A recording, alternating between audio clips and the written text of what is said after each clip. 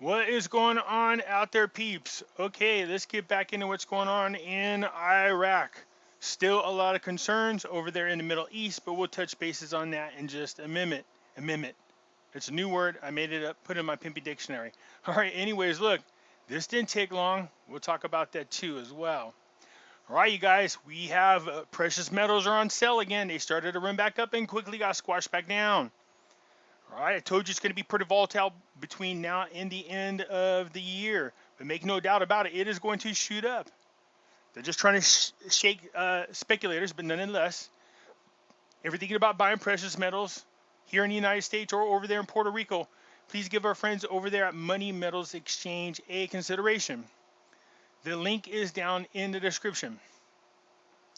If you're a first-time buyer and you spend more than $100 on precious metals, you will get a free ½ ounce of silver. I'll take that free ½ ounce. You know what I mean? Alrighty, you guys know I should be back on Facebook here really soon. I'll let you know when it does happen. Alright, you guys, but for now I still have Twitter. So the links are in the description. I'm on Parler now, finally. So again, I put the link down there, so come join me over there. And they are whacking people like us right off these social media platforms, although I don't think Parler would remove us. They are free speech people. But definitely on Facebook and on Twitter and on YouTube, unfortunately, they are, they are taking off dissenting voices, if you get my drift. But if that should happen, come over here. This link is in the description. You can find me over on the GESARA Club. Scroll on down. There's a lot of other great people on here if you want to check out. But see me, there I am. Click me. This is my profile, and when you come in here, you have access to all of my videos, and you're more than welcome to share these on these different platforms. You don't need my permission. I'm giving it to you right now. All right, so come join me over here. And when you do come over here, join up for the newsletter. It's important. So if I do get kicked off platforms, they can inform you where I'm at in case you're trying to find me. Okay. All right, let's get into what's going on in Iraq, because this is a big concern for me, and it sure to hell didn't take very long for Iraq to be what appears to be moving into a relationship with China. China had a goal to be world dominant by 2025. The bad orange man got in their way. Now that they feel like the bad orange man is not going to be in their way, and their friend that they gave $1.5 billion to might be the president, they're being ultra aggressive.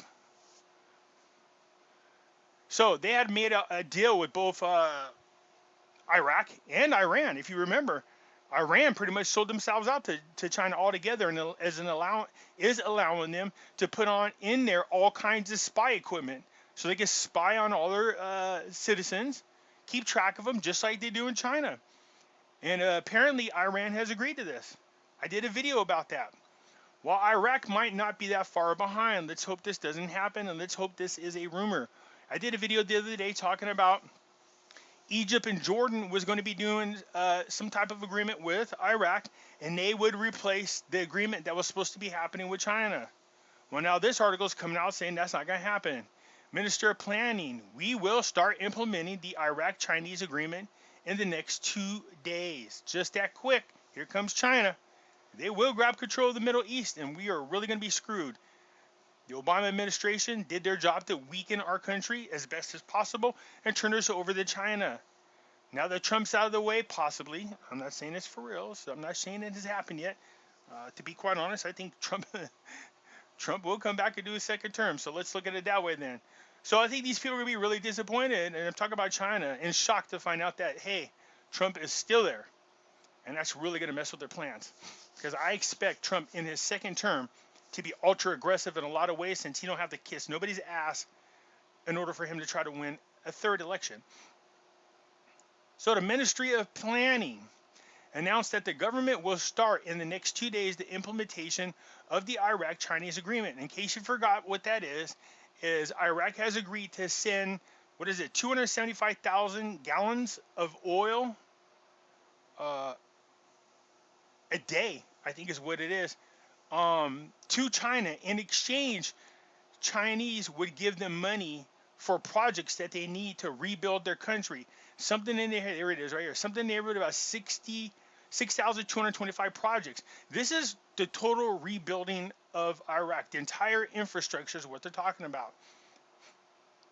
So they would give them the money to do this, or the materials, or whatever's needed. The agreement with China will start with building schools and have utmost importance: housing, infrastructure, roads, and education, which is interesting in housing, considering Biden's brother got a $1.5 billion agreement to help with housing over in Iraq. So look at Patel denied the existence of an Iraq-Egyptian agreement, which is not a substitute for the Chinese agreement, affirming that the work of the Iraq-Saudi Coordinating Council will continue. So they have hundreds of projects, and I told you I have more than that. Hundreds that have stalled, and plus a bunch of new ones is what it is. And what happened is the funding for these projects just disappeared. So they were halfway through some of these, and some of them were already started, and then there's new ones that need to be done. But anyways, nonetheless, all these projects are meant to help rebuild Iraq, which is badly needed. Okay? So it looks like in 2 days we'll find out if that's true or not. But anyways, it said project number 1, schools, was spent 60% of the funds, and 80% of the funds were not completed. And the current government is working to solve the problem. A current committee was formed to build 1,000 schools, and the other files was for hospitals. And we treated 24 hospitals in this government that were suspended. So they need that, that's for sure. Hospitals and schools are important. I don't have a problem with that. It just depends on what kind of strings are attached. The Minister of Planning said, Patel pointed out that the contractors' debts owed by the government amounted to $2,980 billion, noting that some contractors have committed suicide and some are in prison. That's what happens when you cut the money off and people are relying on it. We have taken a decision on foreign employment, and the Iraqis have risen 80%, noting that the number of foreign workers has exceeded 1 million workers, and there are others who are not officially registered. We know that problem very well. So it looks like China's going to be moving into Iraq and Iran pretty much at the same time. Let's see what becomes of that. Iraq's official, the opening of the RR border crossing with Saudi Arabia next week. So this is good because the more these borders start opening up, you can get a lot of people coming in to visit, and you could do a lot of business and trade with these borders open. The Secretary General of Iraq's Council's Minister, Ghazi, set today, Monday, the date for the opening of the RR border crossing with the Kingdom of Saudi Arabia. Good, it's about dang time.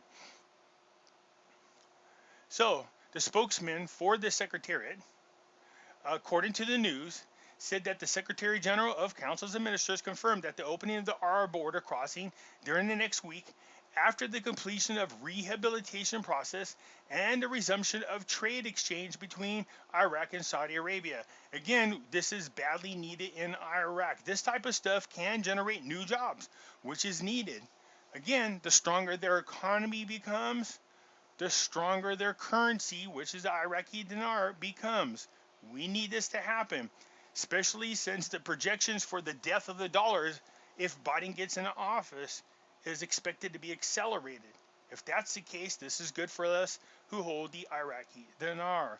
But whatever's going to happen, we need it to happen quickly, because there's a lot of concern that if people in the dinar community was going around saying that, Obama is what kept the dinar from exchange rate from being changed, well, how do you think is going to happen under Biden? So you can't say, Obama stopped it from happening.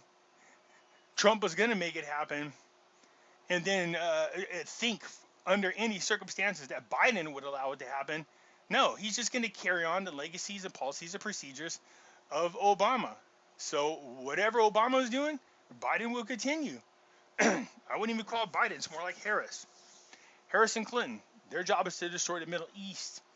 Okay, so anyways, so this is good actually. We want to see this relationship develop and grow. So this is going to help out both countries in a lot of different ways. All right, so we'll keep an eye on this, but this will help the Iraqi economy grow. Parliamentary finance, good news for salary disbursements. All right, we already know that the voting for the borrowing law is going to take effect this next week here. They're going to go ahead, or this week here, they're going to vote on it. It's going to get passed. Instead of the 41 trillion dinars, I think they're going to get 21, somewhere around that neighborhood. But whatever it is, it's supposed to last them for the rest of this year. They're now focused mostly on the 2021 budget. So we'll see what happens there. But of course, what happens as soon as this thing is voted on, they're going to pay the salaries to the employees. Somewhere in the neighborhood of over 6 million employees need to get paid. Man, that's crazy to think about. So the Al-Rashid and Al-Rafidian confirmed their ability to meet the request of loans and advances. So the bank's just putting out there, look, they're starting to do real bank work, if you get my drift, and help out their citizens. That's all that really is. Central bank governor meets with his Saudi counterpart in Baghdad. So what happened is, the governor of the Central Bank of Iraq as well as Saudi Arabia, they all met with their delegations to talk about doing business together and working with one another. This is good. They're establishing relationships, especially now that this border is going to be open. And what they're going to be working on together is training and, figuring out what they could do to help one another out in the area of a trade. Okay, so KRG-PM Barzani starts European tour to discuss diplomatic ties. Again, what Al-Qademi did for Baghdad and over there in Iraq, Barzani is going to be doing the same thing for Kurdistan, trying to do what they can to meet over there with the European countries to figure out how they could develop relationships with one another to help in the areas of economy, investment, and to strengthen economic infrastructure. Okay, this is good. It's all part of the Iraq family. So they're saying here that voting on the borrowing law happens next Thursday, but they should be paying out right afterwards, quickly. Okay, let's see here. The finance minister discussed joint cooperations. I just spoke about this. They do this in multiple different articles. All right, you guys, so that's what's going on for now. I am concerned about this. This is not good.